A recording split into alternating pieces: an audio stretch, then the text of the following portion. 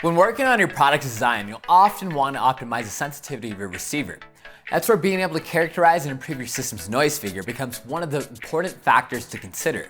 My name is... What the? Who keeps turning off the light? Daniel? What's up everyone? The name is Nick Ben and I'm an engineer here at Keysight, and welcome to the 5th episode of What the RF. In the last episode, we discussed dynamic range and how we can increase it to improve our signal analyzer's ability to measure low-level signals. Check out that episode if you haven't already by clicking on the card above or the link in the description below. In today's episode, we'll be discussing noise figure, including what it is and how to measure it. Noise figure is one of the most important design considerations, in the sense that it is a very efficient way to evaluate the performance of your device. You can make noise figure measurements on complete systems or components.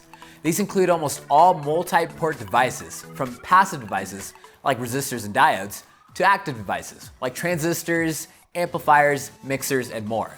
So let's learn more about it. Noise figure is the degradation of the signal-to-noise ratio as a signal passes through a system or device. The noise figure tells us the relative amount of noise being added to the signal as it travels through the system or device. In our case, the device is this low noise amplifier, and we'll be measuring its noise figure soon.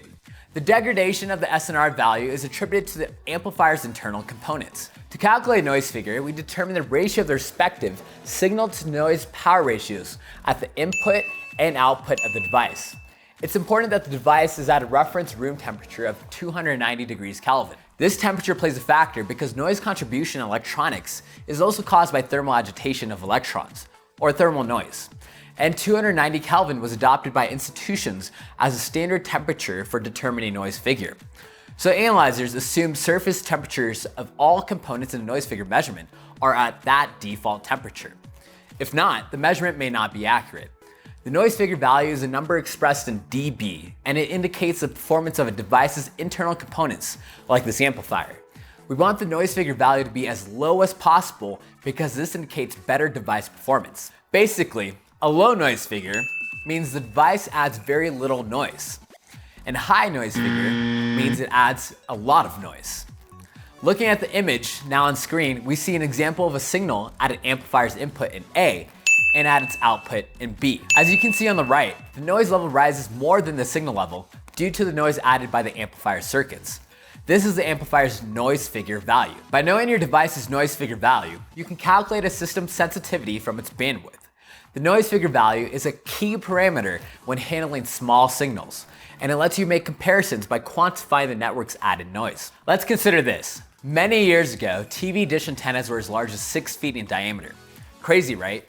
Can you imagine having something bigger than this just sitting on your roof? As you might guess, having something so large also comes with a lot of material cost. So over the years, the size of these TV dish antennas have reduced down to something as small as this. To address that size issue, and also the fact that the satellite frequency changed to millimeter wave. But how is making something that was once so big to this small even made possible? This downsizing was driven by 2 factors. First, the satellite frequency band changed to millimeter wave. Second, there was a significant improvement in noise figure. The problem with older, bigger antennas was that when they were receiving TV signals from a transmitting device, there was a pretty big path loss by the time it got to the receiving antenna. Not only that, but there would also be noise added to the receiving antenna's sensitivity. When both the path loss and added noise were accounted for in the carrier signal, the signal-to-noise ratio was small. So engineers needed a way to improve this SNR. There are 3 options to improve the SNR. Double the transmitting antenna's transmitter power, increase the antenna gain, or lower the receiving antenna's noise figure. Number 1 and 2 can be expensive and may not be physically possible. Reducing the receiver noise figure is the practical approach. So clearly, the engineers went with the 3rd option of lowering their receiving antenna's noise figure. Now that we have a better understanding of what noise figure is and why it's important to characterize for your device, let's figure out how these measurements are made. All you need to characterize your device's noise figure is a signal analyzer, a noise source to calibrate with, and your device. Noise sources provide both hot and cold power. This is important because thermistors built within their sensor continually update the correct temperature to the analyzer. Remember, the right 290 Kelvin temperature is required to make accurate noise figure measurements. For noise figure measurements, there are only two main steps you'll need to follow. Calibrate your test system and measure your DUT's noise figure. Yes, it's really that simple. As mentioned earlier in the video, the DUT we'll be testing is this low noise amplifier. But before we get to characterizing its noise figure, we'll first need to calibrate our signal analyzer. This will increase the accuracy of noise figure measurements. All we'll need is a noise source and a signal analyzer. The noise source calibrates out the noise contribution from the measurement system by automatically downloading electronically stored calibration data to the signal analyzer and compensating for temperature drift. This is important because it mitigates data uncertainty, which is the largest contributor to total measurement accuracy.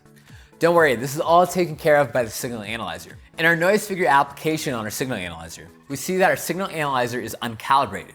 And we know this by the cal state indicated at the top right-hand corner. So let's go ahead and calibrate this. Going into the measurement setup menu, we press the DUT setup and the calibration button. We'll then go into the calibration setup to determine what the setup looks like for calibration.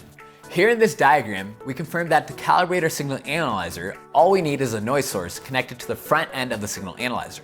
As you can see, we have that already set up here, along with a sensor cable running to the back of the signal analyzer to power the noise source. If we were working with multiple DUTs, we could save profiles for each one of them, making testing quick and easy. Today, we're just going to set up one DUT, this amplifier, which has a frequency range from 10 MHz to 1 GHz. But I'm going to set the maximum frequency range parameters for the test to 3 GHz. By doing this, we'll be able to see the amplifier's performance roll off as we scan past its operating range. Seeing the performance roll off is beneficial because you can see where you would need to spec the amplifier. We'll set that accordingly on the signal analyzer.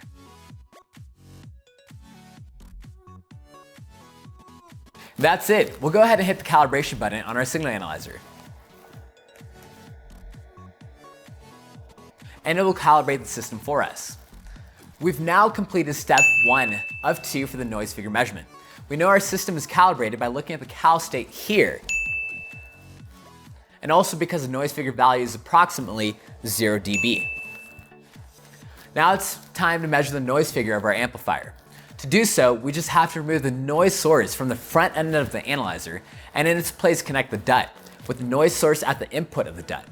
We'll also supply power to the DUT by connecting it to the power port in the front of our signal analyzer. Let's go ahead and do that. And that's it. Step 2, the final step of the noise figure measurement, is completed. Looking at the graph here, we see that our noise figure is a little bit above 6 dB and the gain is about 13 dB. Which isn't terrible, but ideally, we would like to see our noise figure be under 3 dB. So we'll have to go back to the lab and rework the design of this amplifier. Furthermore, we can go into this measurement uncertainty calculator. That gives us dependable uncertainty readings for a specific setup. With the noise figure uncertainty calculator, we'll know our measurement uncertainty and how to reduce it. The information here gives us more insight into our noise figure measurement. Noise figure is a quick and easy measurement for characterizing the degradation of our device's signal to noise ratio as the signal passes through its system or device, telling us the relative amount of noise being added to our signal.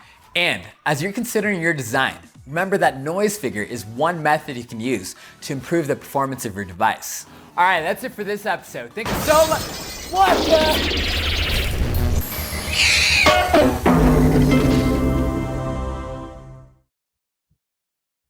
Daniel? Is that you? Allie, did you betray me?